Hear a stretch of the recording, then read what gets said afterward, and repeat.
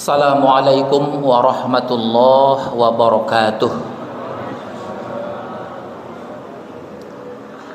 Alhamdulillahilladzi lahul mulku wal hamdu wa lahul quwwah wal qudrah wal iradah wa ilaihil mustaka wa huwal musta'an la haula wala quwwata illa billahil aliyyil azim. Bapak Ibu hadirin wal hadirat, jamaah salat Isya dan sholat tarawih yang dirahmati Allah. Insya Allah 20 menit ke depan pada hari ini saya akan berbicara tentang bagaimana sejatinya seorang muslim menyikapi harta yang dimiliki. Sejak dulu cerita tentang orang-orang yang dimuliakan Allah, yang diangkat derajatnya oleh Allah dikarenakan kepintarannya mengelola harta sangat banyak. Bahkan 10 orang sahabat yang dijamin Rasulullah masuk ke dalam surga, 7 diantaranya adalah para pengusaha, para bisnismen yang mampu mengelola hartanya untuk di jalan yang benar. Cerita orang-orang yang dimuliakan Allah karena menyikapi harta secara bijak sudah sangat banyak. Tetapi di lain itu ada juga orang-orang yang dihinakan Allah, yang dicabut hartanya oleh Allah, dimiskinkan oleh Allah karena menyikapi hartanya secara salah. Jadi bukan soal memiliki atau tidak. Yang kaya bisa masuk surga, bisa juga masuk neraka. Yang miskin bisa masuk surga, bisa juga masuk neraka. Artinya bukan soal punya atau tidak, tapi bagaimana menyikapi harta itu secara baik. Ayat-ayat di awal pun turun memberikan warning supaya kita itu berhati-hati dengan harta kita kalau kita punya harta. Seperti yang kita hafal dalam Al-Quran itu, a'udzubillahi minasyaitonirrajim. Alhaakumut takatsur hatta zurtumul maqabir. Bermegah-megah telah melalaikan kamu. Lalai gara-gara harta. Cinta kepada harta luar biasa, tapi bikin dia lalai. Dan Quran menyebutkan begitu, wa tuhibbunal mala hubban jamma. Engkau terlalu berlebihan mencintai harta. Hartamu sudah melalaikan kamu. Sampai seperti yang diceritakan dalam Al-Quran, ada orang yang sudah wafat sekalipun masih ngomong sama Allah, Rabbi laula akhartani il ajalin qarib fa asaddaqa wa akun minas shalihin. Ya Allah, kenapa begitu cepat Engkau panggil aku ke alam barzah ini? Hidupkan aku sebentar saja, aku akan bersedekah ya Allah. Allah bilang, waktu hidup kemarin ngapain? Udah dikasih kesempatan hidup, diwafatkan terus minta dihidupkan lagi. Ya udah nggak ada waktu lagi untuk beramal, kata Allah. Allah pun mengatakan, fadzuku bimanasitum liqa yaumikum hadza. Ya udahlah, rasakan olehmu azab Allah. Engkau sudah dikasih kesempatan hidup, diwafatkan kok minta dihidupkan lagi. Mereka pun semuanya yang tadi tak mengelola hartanya dengan benar menyesal. Wa qalu lau kunna nasma'u wa na'qilu ma kunna fi ashabis sa'ir. Kalau saja dulu kami ketika hidup mau berbagi sedikit, mau bersedekah, mau berinfak, kami nggak akan merasakan siksaan yang sakit seperti ini. Penyesalan jangan di alam barzah. Kalau mau menyesal, menyesal di dunia ini.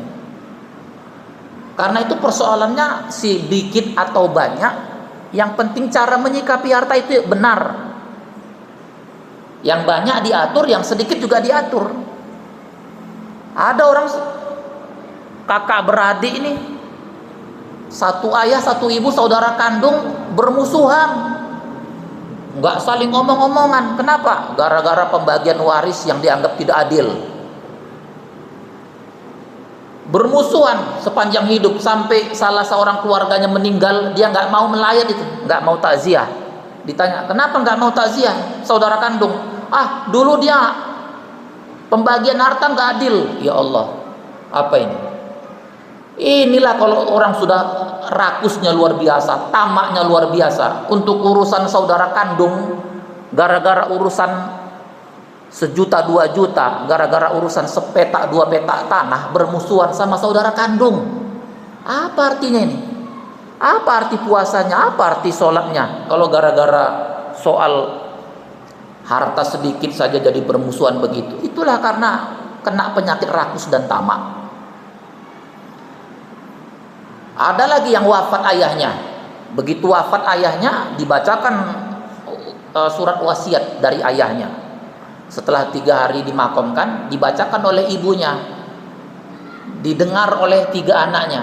Istriku dan anakku tercinta, setelah papamu nanti berpulang ke rahmatullah, maka wasiat papa adalah memberikan rumah yang papa dan mamamu tempati untuk anak yang nomor 3. Karena anak yang nomor 3 belum punya rumah. Anak yang pertama, kedua sudah punya rumah. Jadi papa wasiatkan supaya rumah itu diberikan kepada anak yang nomor 3. Anak yang nomor 3 tadi awalnya masih sedih karena ditinggal papanya, langsung berdiri, senang, alhamdulillah, alhamdulillah. Kakaknya yang 2 lagi berdiri juga, apa-apaan ini? Yang anak papa itu kan bukan cuma kamu doang, kami juga anak papa mama. Kenapa kok rumah ini untuk kamu? Bertengkar, berdebat, mau berkelahi itu. Ibunya menjerit, ya Allah, ada apa ini? Lihatlah suamiku, ya Allah, baru 3 hari engkau wafat, anak kita bertengkar. Lebih bagus engkau nggak meninggalkan apapun daripada meninggalkan harta justru menjadi pertengkaran. Padahal menurut agama, seorang ayah nggak boleh berwasiat begini. Ini karena ayahnya nggak punya ilmu agama. Seorang ayah itu dilarang berwasiat untuk anaknya, padahal anaknya itu kan ada jatah warisnya sendiri, ada hitungannya sendiri. Seperti dalam hadis Rasulullah, la wasiata li waris, tidak boleh berwasiat untuk orang yang memang ada jatah warisnya. Tapi dasar ayahnya nggak ngerti, anaknya juga memang salah didik, yang diutamakan sepertinya meninggalkan harta bukan meninggalkan ilmu, jadi bertengkar, nggak saling omongan. Dan saya termasuk yang sering diminta mendamaikan keluarga yang bertengkar rebutan harta. Makanya kita tidak mau terjadi pada diri kita, pada keluarga kita. Profesor Dr. Komarudin Hidayat menulis buku sangat bagus. Judulnya apa? Tragedi Raja Midas. Sebuah tragedi yang menyedihkan. Dia seorang raja yang kaya raya, tapi tamak dan rakus. Gak soal dia mengabdi setan, asal hartanya bertumpuk. Nah ini digadaikannya ketauhidannya, asal punya harta biar mengabdi setan. Mengabdi setanlah dia di sebuah gunung. Apa katanya kepada setan? Wahai setan, engkau yang aku sembah, ada permintaanku, jadikan setiap apa yang aku pegang itu menjadi emas. Apapun yang aku pegang menjadi emas. Ternyata permintaannya dikabulkan sama setan. Pulang dia, buru-buru dia memegang tiang-tiang istananya, jendela dipegang jadi emas, ya, pintu-pintu dipegang jadi emas, guci-guci, kursi-kursi, sofa, tempat tidur dipegang menjadi emas. Makin besar rasa tamaknya ini. Datang istrinya, dia peluk istrinya, istrinya pun langsung jadi patung. Kenapa? Udah jadi emas. Di situ pun dia sedihnya bukan main. Dia pingsan sesaat, kemudian bangkit dan jadi gila. Lama-lama mati.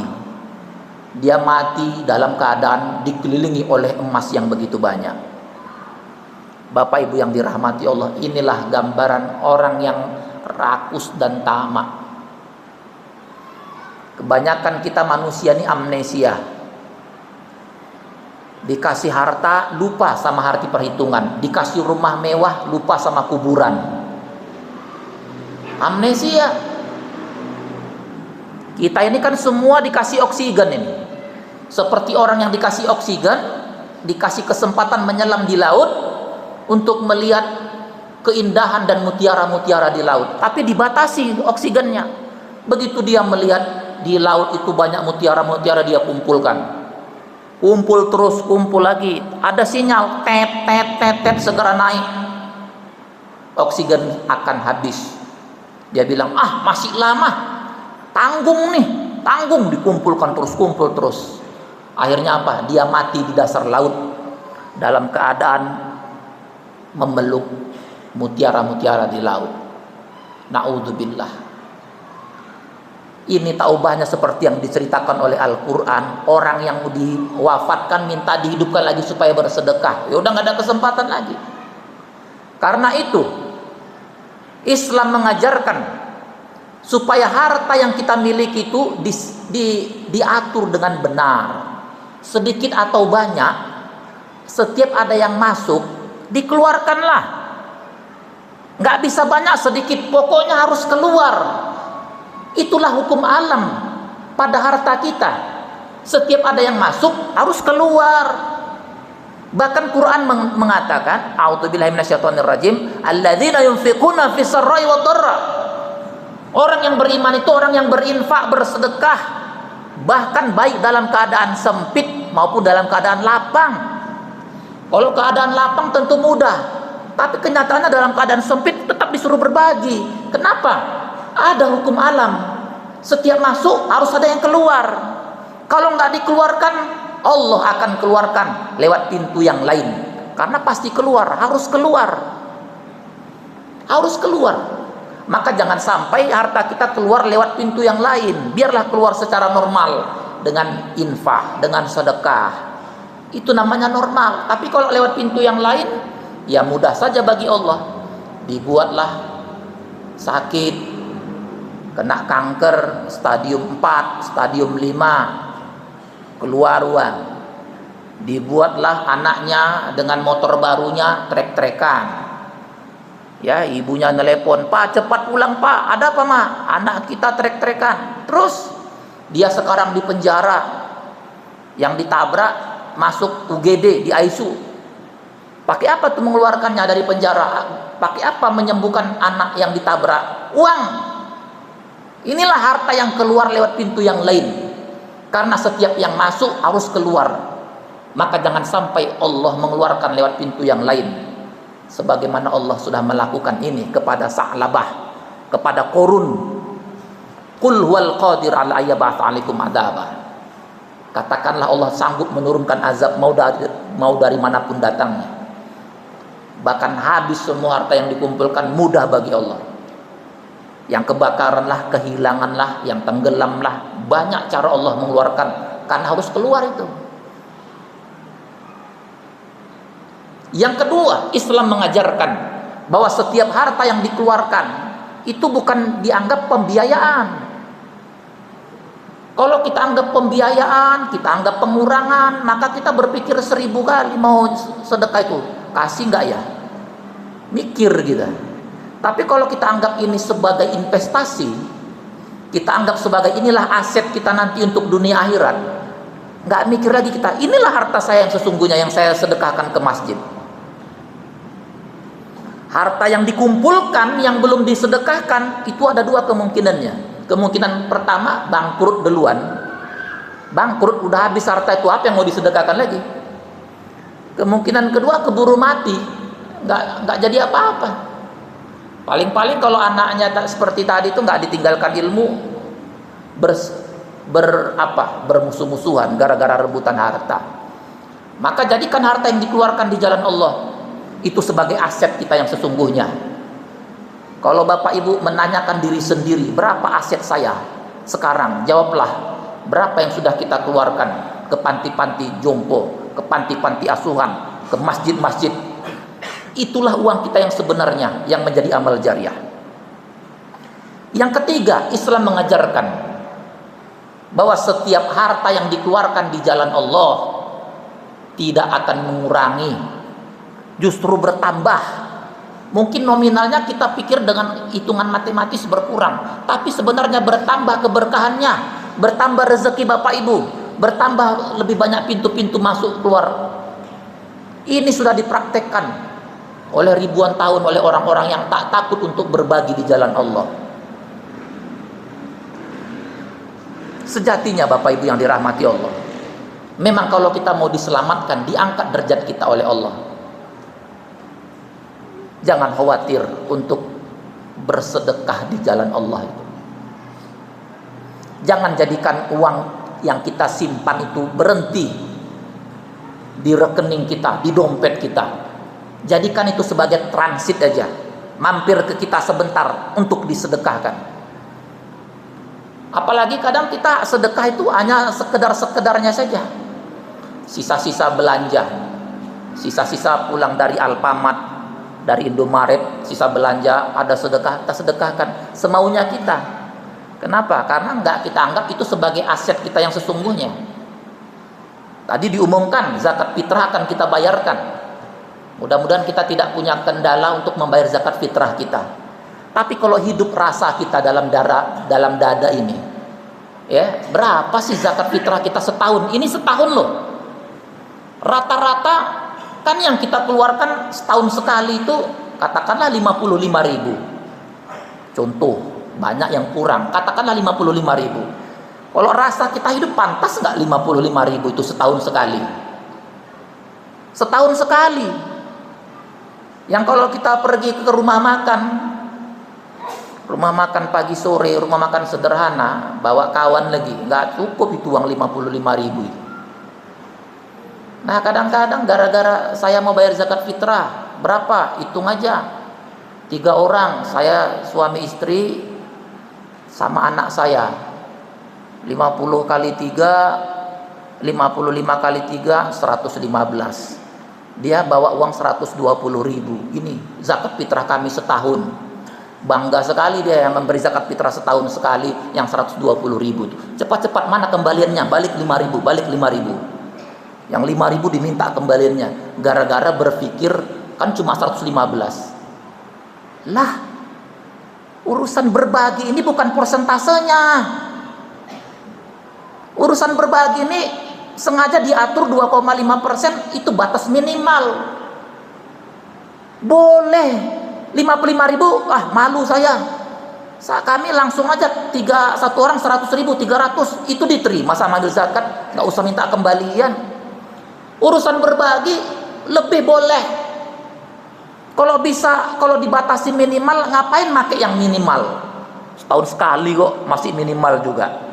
Kalau bisa maksimal, maksimal. Malu saya ngasih 55.000, katakan begitu. Itu orang yang rasanya hidup. Mudah-mudahan dengan puasa ini Bapak Ibu, kita dijaga oleh Allah, kita dilindungi oleh Allah, kita termasuk hamba-hamba yang disayangi oleh Allah, karena kita berbuat sesuai dengan yang dicintai Allah. Jangan perhitungan sama Allah. Mudah-mudahan puasa Ramadan ini membawa kita kepada ketenangan, kebahagiaan, dan diberikan rezeki yang berlimpah. Mudah-mudahan bermanfaat. Wassalamualaikum warahmatullahi wabarakatuh.